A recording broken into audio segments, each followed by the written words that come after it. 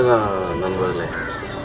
நான் இங்கே காசிமேடு கடற்கரையிலேருந்து பேசுகிறேன். கடல் தொழில் தான் நம்மளோட வாழ்க்கை போகிற கெஞ்சி நினச்சி தான் சரி ஏதாவது பேசலாம், மீன் பிடிக்கலாம் அப்படின்னு இங்கேருந்து கடலுக்கு போனால் உயிருக்கு உத்தரவாதாங்க. ஒரு அலையும் போட்டை அப்படியே தண்ணிக்குள்ளே மூடுற மாதிரி தான் வருது. நிற்க முடியாத, உட்கார முடியாத, ஆடிக்கின்னு கஷ்டப்பட்டுக்கின்னு வேலை செஞ்சு அந்த மீனை பிடிச்சி வந்தால் கரையில் அதுக்கேற்ற விலை இல்லை. இந்த விலை வர மாதிரி யார் செய்வாங்கன்னு தெரியல. நாங்கள் போய் கஷ்டப்பட்டு பிடிச்சணும் விட வெளியே கால் மேலே கால் போட்டு சம்பாதிக்கிறோம்னா அதிகமாக உழப்பு சுரண்டி வருஷம் சும்மா தான் வரானுங்க. அடுத்த வருஷம் பார்த்தா கையில் கட்டலன்னு நத்தனத்தையாக போட்டு வரானுங்க. எங்களுக்கு தான் சுற்று வருது, எங்களுக்கு அப்படி ஏதோ வரவா மாட்டேங்குது. ஆனால் நாங்கள் தான் மீது போய் பிடிச்சிருவோம்.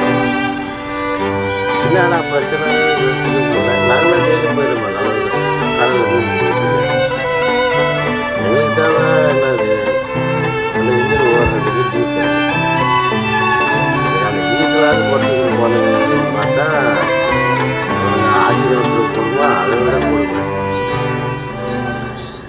உங்களுக்கு ஏதோ டெய்லி அப்பப்போ 5 ரூபாய் 10 ரூபாய் தெரிஞ்சிட போகுதுன்னு நைட்டோட நைட்டாக 50 ரூபாய் 50 ரூபாய் சொல்லி போகிறாங்க. மறைக்கிறானுங்க. எலெக்ஷன் வரைக்கும் குறைப்பானுங்க. அதுக்கப்புறம் திருப்ப ஏற்றுவானுங்க. எவன் வாழ்க்கையை விநியோகிக்க போகிறான்னு தெரியல. காற்று போகாதீங்க கடலுக்கு அப்படின்னு அங்கே பேசுகிறானுங்க. ஒரு வாரம் வீட்டில் இருக்கும்போது சோறு யார் போடுறாங்க வெளியே ஒன்றும் கேட்க மாட்டான். எப்படியோ சோறு தின்னாங்களா, அதுக்கப்புறம் திரும்பி கடலுக்கு தான் போகிறான். அதுக்கப்புறம் ஒரு வாரம் சோறு தின்னீங்களாடா, எப்படா சாப்பிட்டீங்க, என்னடா பண்ணுங்க? அதான் அவங்க நிறைய வேலை இல்லை. ஆனால் என்னன்னா எப்படி என்ன அமைச்சர் பக்கத்தில் இருக்கிற அமைச்சர் எவ்வளோ தருவான், நம்ம எவ்வளோ கரெக்டாக திரும்பி வச்சுக்கிறோமா, இந்த காவலாம் அவங்களுக்கு மீனவர்களுக்கெல்லாம் இருக்கிறாங்க. தலைமையை நம்மளுக்காக போராடுறாங்கன்னா அவங்களாம் போராடுற மாதிரி தெரியல. யார் ஒரு பக்கம் புயலில் கஜா புயலில் விவசாயிகள்லாம் வாழ்றது வழி இல்லாத கையில் நின்று காலில் நின்று கஷ்டப்பட்டு இந்த பக்கம் நாங்கள் கஷ்டப்பட்டுருக்கோம். வாழ்றவங்க எல்லாருமே கஷ்டப்படுறாங்க. யாரு தான் சந்தோஷமாக இருக்கிறாங்கன்னு தெரியல. இவங்க யாருக்கு தான் ஆட்சி நடத்துகிறாங்கன்னு தெரியல. இதுக்கே ஓட்டு கேட்டு வருவாங்க. எப்படி நம்மளும் போகிறோம். ஆனால் எல்லாரும் நல்ல மாதிரியாக வரானுங்க. அந்த நேரத்தில் எவனுக்கு ஓட்டு போடுறதுன்னு பயங்கர குழப்பம்.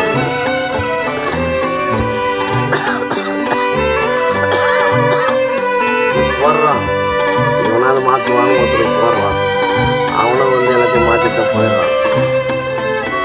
கையில் வச்சுக்கிற கருப்பு பணத்தெல்லாம் ரொம்ப மாற்றிட்டு போயிடறான்.